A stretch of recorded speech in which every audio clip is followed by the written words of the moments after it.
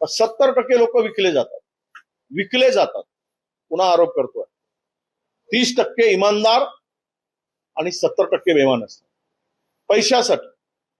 आणि पैसे सहज किती मिळावेत? 5 लाख, 10 लाख, 15 लाख. अरे काय धंदा करून ठेवलाय राजकारणाचा? याचा विचार कोणी मानणार आहे की नाही? आम्हालाच प्रश्न विचारणार. हे पैसे आले कुठून? कुठल्या ह्याच्यातून आले? काय सोर्स? आता आम्ही उमेदवार उभे केले, ते विकले गेले. अनेक वेळा यापूर्वी निवडणुका अनुभूत झाल्यात, नाही झाल्यात सर. पण आता उमेदवार बिना आपल्याच लोकांनी आपल्याच माणसाकडून पैसे मागत असतील, ज्या त्या पक्षाच्या, काय भारतीय जनता पक्षाच्या लोकांनी पैसे नाही मागितले, त्याही नगरसेवकांनी पैसे मागितले, तर देणार कुठून? हा धंदा झालेला आहे.